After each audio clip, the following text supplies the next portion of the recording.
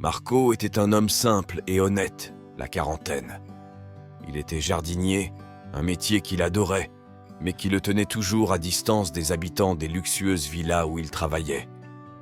La dernière était celle de la famille Rossi, une imposante villa, entourée d'un magnifique jardin dont Marco avait pris soin avec dévouement. Mais le destin lui avait fait une cruelle plaisanterie. Il avait été accusé de volume, un crime qu'il n'avait pas commis. Avant de continuer, abonnez-vous à notre chaîne et activez la cloche. Alors qu'il rentrait chez lui, l'esprit de Marco était un tourbillon de pensées. Le poids de l'injustice l'écrasait. Son seul défaut était de se trouver au mauvais endroit au mauvais moment. Mais la peur de dire la vérité le tourmentait. Les conséquences auraient pu être dévastatrices. Dès qu'il a franchi le seuil de sa maison, une voiture s'est arrêtée devant lui.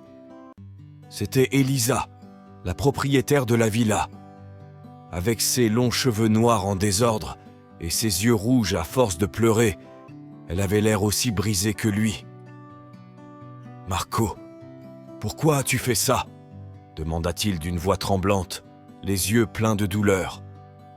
Malgré les accusations, il y avait une note de confiance dans ses propos, comme s'il espérait encore une explication.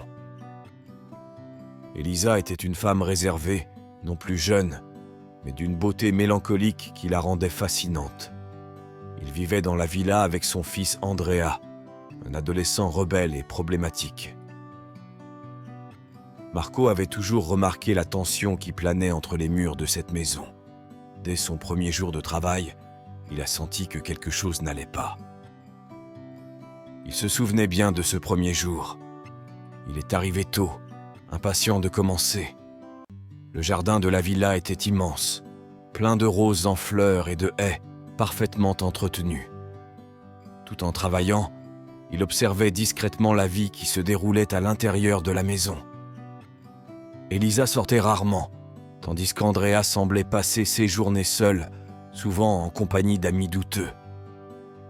Le personnel de service parlait à voix basse, mais Marco ne pouvait s'empêcher d'entendre des fragments de conversation qui concernaient la situation familiale difficile. Un jour, alors qu'il taille les haies, il entend deux servantes se disputer. « Elisa n'a pas eu une vie facile depuis que son mari l'a quittée », a déclaré l'une d'elles. « Andrea a beaucoup changé après son départ », répondit l'autre en soupirant. Marco, bien qu'essayant de ne pas paraître intéressé, fut frappé par les paroles des deux femmes. Il comprit qu'Elisa portait un grand poids sur ses épaules. Au fil des semaines, Elisa et Marco commencèrent à parler. Leur conversation était au départ de simples échanges sur le jardin. Elle a loué le travail de Marco, appréciant le soin qu'il mettait à prendre soin des plantes. Mais bientôt, ces discussions légères sont devenues plus profondes. « Ici, je me sens étouffé », a avoué un jour Elisa, en regardant les roses que Marco tessait soigneusement. « Cette villa est devenue une cage pour moi. » Marco, toujours attentif, lui répondit avec sagesse. « Je comprends, madame. Parfois, les plus beaux endroits peuvent nous faire sentir petits et perdus. » Ces mots frappèrent profondément Elisa. Elle commença à se confier à lui, racontant comment, après que son mari l'avait abandonnée pour une femme plus jeune, elle s'était retrouvée à élever Andrea seule. Le garçon était devenu de plus en plus distant, rebelle et difficile à gérer. Il passait de moins en moins de temps à la maison, préférant la compagnie de garçons peu recommandables. Marco avait remarqué le comportement d'Andrea dès le début. Elle le voyait souvent sortir furtivement, sauter par-dessus le mur du fond de la propriété pour retrouver ses amis. Même si son travail l'occupait, il ne pouvait s'empêcher de s'inquiéter pour le jeune homme. Un jour, il décide de le confronter. « Andrea, ta mère a déjà assez souffert.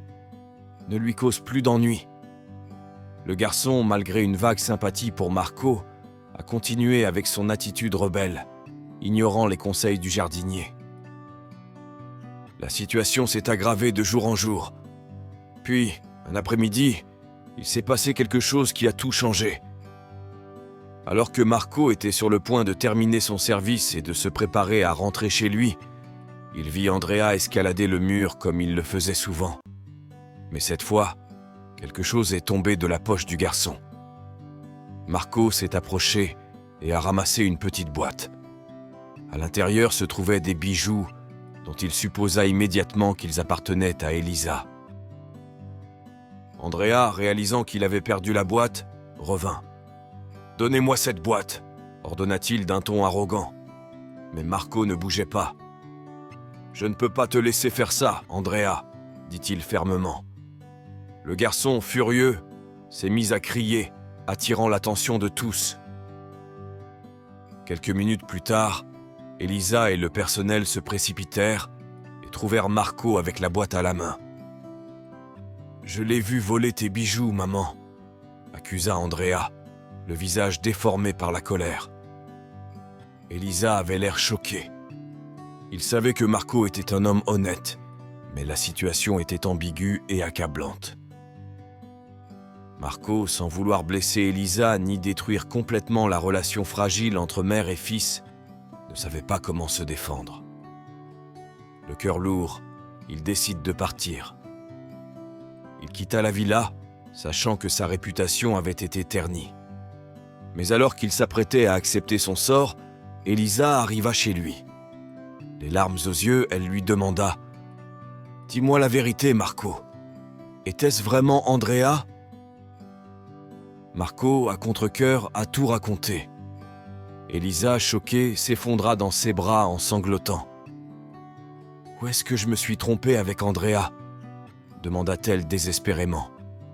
Marco, essayant de la consoler, lui caressa les cheveux. « Ce n'est pas ta faute, » murmura-t-il doucement. « Parfois, la vie nous met à l'épreuve, mais il y a toujours une chance de changer. » Les jours suivants, Elisa prend une décision courageuse. Il vend la villa et achète une petite ferme à la campagne, un endroit où il espère pouvoir repartir de zéro avec Andrea. Le changement n'a pas été facile, mais Marco a tenu sa promesse et a continué à l'aider. Ensemble, ils travaillaient la terre, plantaient des arbres et prenaient soin des oliviers. Au fil du temps, Andrea a également commencé à changer. Travailler au contact de la nature l'a aidé à se redécouvrir. Un an plus tard, la ferme était déjà connue pour ses produits authentiques. Marco et Elisa, entre-temps, se sont rapprochés de plus en plus, jusqu'à ce que leur relation se transforme en quelque chose de plus profond. Un après-midi, alors qu'ils regardaient ensemble le coucher du soleil, Elisa se tourna vers Marco et lui sourit. « Tu avais raison, Marco. Parfois, pour se retrouver, il faut tout laisser derrière soi. » Il lui sourit en retour. « Et parfois, nous devons perdre quelque chose pour trouver quelque chose de bien plus précieux. » À ce moment-là, Elisa a compris qu'elle avait enfin trouvé sa place dans le monde. N'étant plus prisonnière d'une vie qui ne lui appartenait pas, elle était libre d'être elle-même, aux côtés de l'homme qu'elle aimait et avec un fils qui avait retrouvé sa voie. Leur histoire nous rappelle que le vrai bonheur ne se trouve pas dans les possessions matérielles, mais dans les relations que nous entretenons et dans la simplicité de la vie que nous choisissons de vivre. Avez-vous aimé cette histoire ? Écrivez-le dans les commentaires ci-dessous. Merci d'avoir regardé la vidéo jusqu'à la fin et à la prochaine histoire.